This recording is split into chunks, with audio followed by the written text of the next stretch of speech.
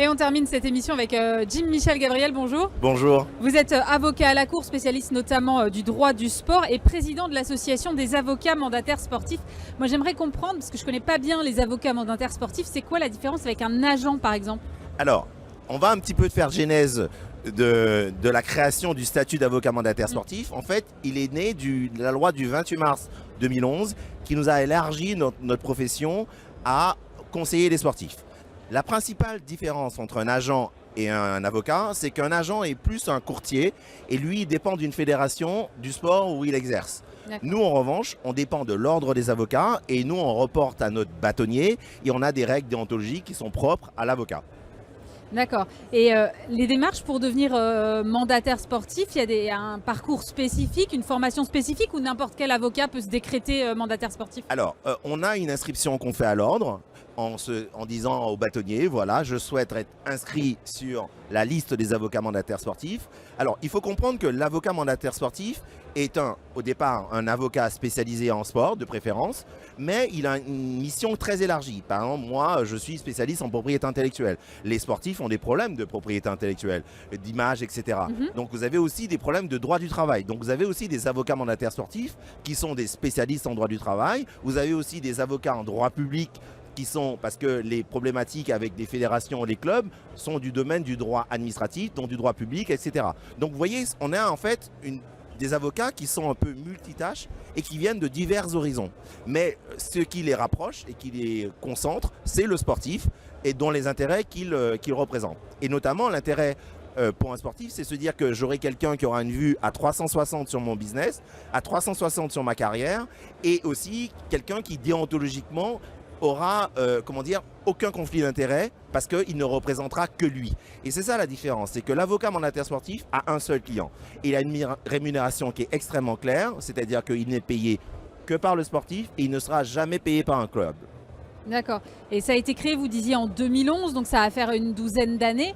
Déjà 11 ans. Ouais. Du coup, aujourd'hui, le développement de cette profession, ça en est où par rapport aux agents? Il y a plus d'avocats mandataires, il y a toujours plus d'agents? Alors, Dieu merci, on est de plus en plus nombreux.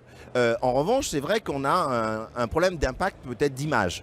Parce que, tout simplement, malheureusement, je crois qu'en France, on raisonne avocat égale contentieux, alors que avocat, ça peut être justement anticiper les contentieux. Être dans le conseil, être justement dans une approche complètement différente et justement une approche qui sera justement déontologiquement neutre, en tout cas dans l'intérêt de la personne qu'on représente. Un joueur aujourd'hui ou un sportif, peu importe son sport, peut avoir les deux, peut avoir un agent et un avocat, ou finalement l'un peut faire le travail de l'autre? Alors, c'est intéressant parce que, vous voyez, depuis que notre statut existe depuis 11 ans, on a le sentiment qu'on avait une espèce de guerre entre l'agent et l'avocat, alors qu'on fait des métiers complètement différents. On a déjà une formation complètement différente, dans le sens qu'on peut devenir agent au bout d'1 an de formation, alors qu'on peut devenir avocat qu'au bout de 8 ans de droit. Donc, vous voyez, déjà, on n'est pas dans la même cour, entre guillemets. Ouais. Je pense aujourd'hui que on a tort de se faire la guerre. Moi, je travaille avec des agents et qui sont donc en bonne intelligence. L'avocat, en revanche, il peut parfois faire le métier d'agent parce qu'il a suffisamment de compétences sur le terrain, sur le sport concerné. Donc, à mon sens, c'est un faux débat. On devrait justement travailler ensemble. Et d'ailleurs, je crois que les parties commencent à se dire, finalement, on est complémentaires dans l'intérêt du sportif. Il y a des choses que vous n'avez pas le droit de faire qui sont de la prérogative de l'agent? Alors, il y a ce débat sur l'intermédiation. Et c'est bien qu'on l'évoque. On a eu en fait une décision qui a été rendue par la Cour d'appel de Paris qui a bloqué, entre guillemets, l'intermédiation. C'est-à-dire, c'est quoi l'intermédiation? C'est la possibilité qu'un avocat appelle un club pour un joueur. En fait, la loi pourtant est assez claire et la rédaction de cet article justement qui a été toqué par la Cour d'appel était pourtant claire. On disait que ça peut se faire que dans l'hypothèse où c'est une activité accessoire. La Cour d'appel a estimé que, soi-disant, c'est une activité principale. C'est comme si se dire que je suis avocat et en fait, le seul fait de mettre en relation un joueur, ma mission s'arrête là. Je ne lis pas le contrat, je n'identifie pas la problématique, je n'accompagne pas mon joueur. Donc, vous voyez bien aujourd'hui que la Cour d'appel, d'ailleurs, qui a fait l'objet pour nous et l'Ordre des avocats de Paris d'un pourvoi en cassation, va probablement être cassée. Parce que le métier, en fait, de juste appeler un club, ce n'est pas aujourd'hui une activité principale pour nous. Nous, au contraire, au préalable justement d'appeler ce club, on fait un audit de la situation du joueur. Si par exemple vous m'appelez, voilà, j'ai 18 ans, je ne sais pas, je me pose des questions, avant même de se dire je vais appeler un club d'ailleurs en Europe, je vais poser la question de savoir est-ce que tu as la capacité de jouer à tel poste, est-ce que tu souhaites jouer à tel poste, est-ce que tu préfères rester en France, etc. Donc il y a plein de choses qui rentrent en ligne de compte. Et surtout, je vais analyser ta situation juridique à l'instant T. Qu'est-ce qui motive aujourd'hui un sportif, quel qu'il soit, à faire appel à un avocat mandataire sportif? Mais je crois que c'est le motive, et je crois que l'actualité aujourd'hui nous démontre bien que ce qui le motive, c'est la déontologie, l'absence de conflit d'intérêt et surtout une compétence. Parce que, vous voyez, un de nos sportifs les plus célèbres aujourd'hui ne travaille pas avec un agent. Je parle notamment de Mbappé que vous connaissez tous, mais il y en a d'autres. Il y a quasi tous les joueurs de l'équipe de France de football travaillent avec des avocats. Donc vous avez aussi Teddy Riner qui depuis le début travaille avec un avocat. Donc vous voyez, ce n'est pas une question de sport, c'est une question de réflexion de savoir comment tu veux que ta carrière soit gérée. Est-ce que tu veux que justement il y ait quelqu'un qui arrive à te dire attention, ne te trompe pas, attention, fais les bons choix, quitte au risque peut-être de se dire que ça ne va pas dans ton intérêt toi d'avocat, mais ton serment d'avocat t'oblige justement de dire la vérité à ton client, de justement lui dire attention, tu peux te tromper sur ce choix-là. Peut-être que financièrement, tu as le sentiment que c'est mieux, ou même peut-être que c'est mieux pour l'avocat qui va le représenter, mais est-ce que c'est un choix à long terme qui va te porter une conséquence positive? Et c'est ça en fait, c'est que l'avocat en fait aujourd'hui, et surtout il anticipe sur les problématiques pour le joueur. Il va avoir plus loin que le contrat, le CDD qu'il va signer pendant 2 ans avec un club. Il va aussi avoir une réflexion sur sa situation familiale, sa situation économique. Il va surveiller entre guillemets son conseiller patrimoine. Vous voyez, il aura etc. de casquettes qui lui permet justement d'avoir une vue et que le joueur justement a tout intérêt à se dire que tiens, je n'ai pas quelqu'un sur l'immédiateté, mais j'ai quelqu'un sur un moyen long terme. Vous parliez de l'entourage. Est-ce que l'avocat peut faire barrage, entre guillemets, par rapport à un entourage qui serait toxique? On a vu l'affaire Pogba. Je crois qu'il avait une avocate. Ça n'a pas nécessairement empêché... Alors, je ne suis pas dans le dossier Pogba. En revanche, moi, ce que j'observe dans ce dossier, c'est qu'il n'a pas l'avocat au départ.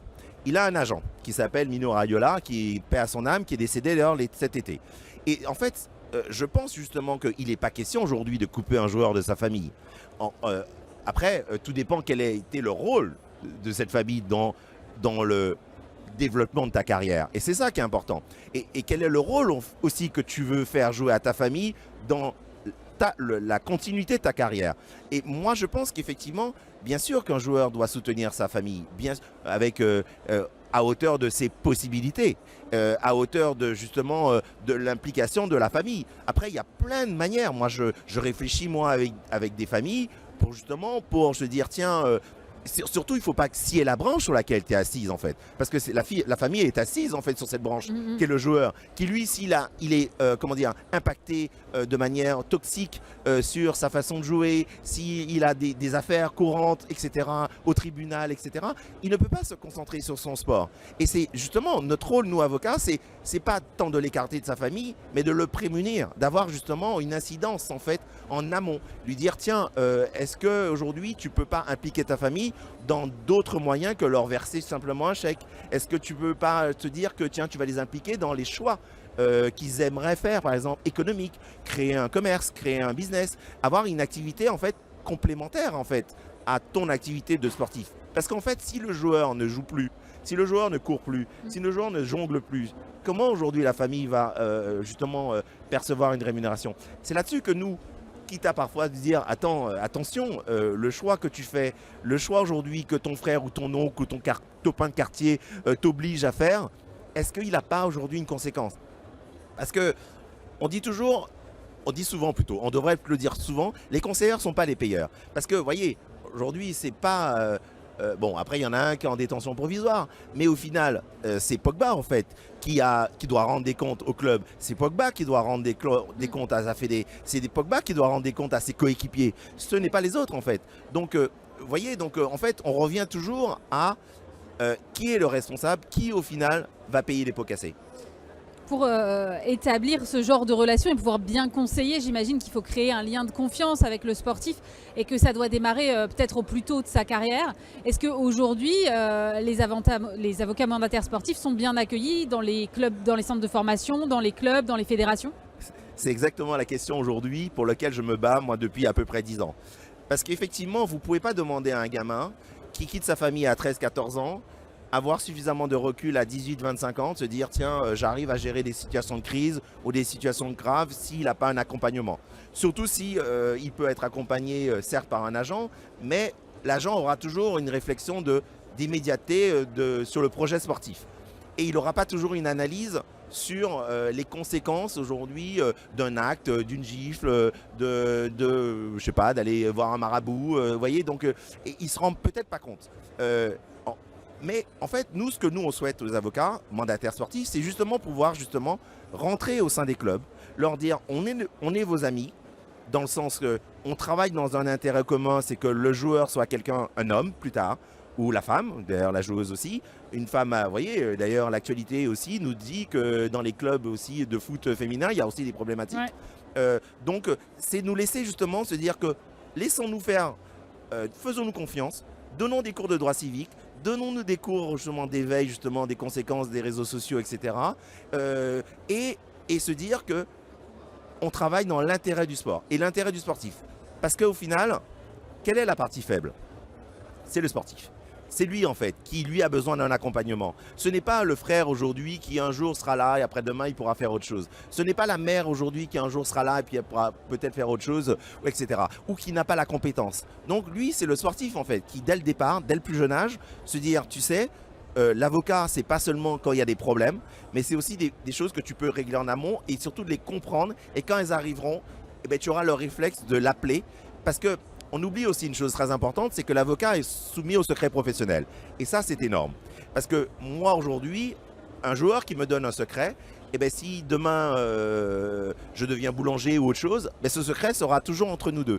Et ça, c'est important de le savoir. C'est qu'un joueur, moi j'avais un joueur justement dans un club qui avait des problématiques de racisme et d'harcèlement. Eh ben, il me l'a confié alors qu'il ne l'avait pas confié à sa famille, il n'avait pas confié à son proche qui était son conseiller sportif. Et le fait de le dire à moi, il savait que moi, je n'allais pas le répéter et de manière avec des conséquences pour lui négatives parce que c'était un secret qu'il m'avait confié. Et après, on a pris des mesures pour justement qu'on puisse gérer cette problématique-là. Donc, vous voyez, c'est le premier confident. Et le premier confident, c'est important de se dire qu'il a la compétence de gérer par la suite, en fait. Est-ce qu'il y a là on parlait de football, mais est-ce qu'il y a des sports où l'avocat mandataire sportif est mieux intégré que d'autres, mieux admis que d'autres ? Alors, j'allais dire c'est pas qu'il soit mieux admis, parce qu'on a toujours cette problématique dans toutes les fédés de pouvoir voir notre nom à côté de la liste des agents. C'est un truc, on se bat depuis 10 ans, dire attendez, alors qu'il y a une loi qui dit qu'on doit être traité de la même manière. Malheureusement, on n'a pas la liste des avocats mandataires sportifs qui seraient inscrits dans toutes les fédés, athlé, basket, handball, football. Bon. En revanche, on se rend compte que dans certains sports, on cohabite plus facilement. Et notamment, les agents cohabitent plus facilement avec les avocats mandataires sportifs. Bien souvent, ils ont recours à eux pour des contentieux ou du conseil quotidien. Donc, je ne sais pas pourquoi le foot, alors peut-être que les enjeux économiques du foot font que il y a un blocage par rapport à ça, mais la réalité, c'est qu'il y a des sports, effectivement, où on est le bienvenu et d'autres mais je pense que ça dépend des fédérations. Et la parfaite illustration de ça, c'est que le recours qui est fait, d'ailleurs, devant contre l'ordre et qu'on nous, ADAMS, l'association des avocats mandataires sportifs, on est intervenu, et il est fait uniquement par la Fédération française de football et la Fédération française de rugby. Entre parenthèses, c'est quand même les deux fédérations en ce moment qui sont devant les tribunaux et qui sont potentiellement devant les tribunaux qui ont des affaires qui sortent. C'est assez révélateur. Voilà, dont acte. Merci beaucoup, Jim Michel Gabriel. Je rappelle que vous êtes avocat à la Cour et président de l'association des avocats mandataires sportifs. Merci d'avoir été avec nous. C'est la fin de cette émission. Merci de nous avoir suivis. Émission spéciale enregistrée depuis le salon Fitex Paris. On se retrouve bien sûr vendredi prochain en studio. Et puis dès lundi, vous retrouvez Stéphane Soumiet. Passez un très bon week-end sur Bismart.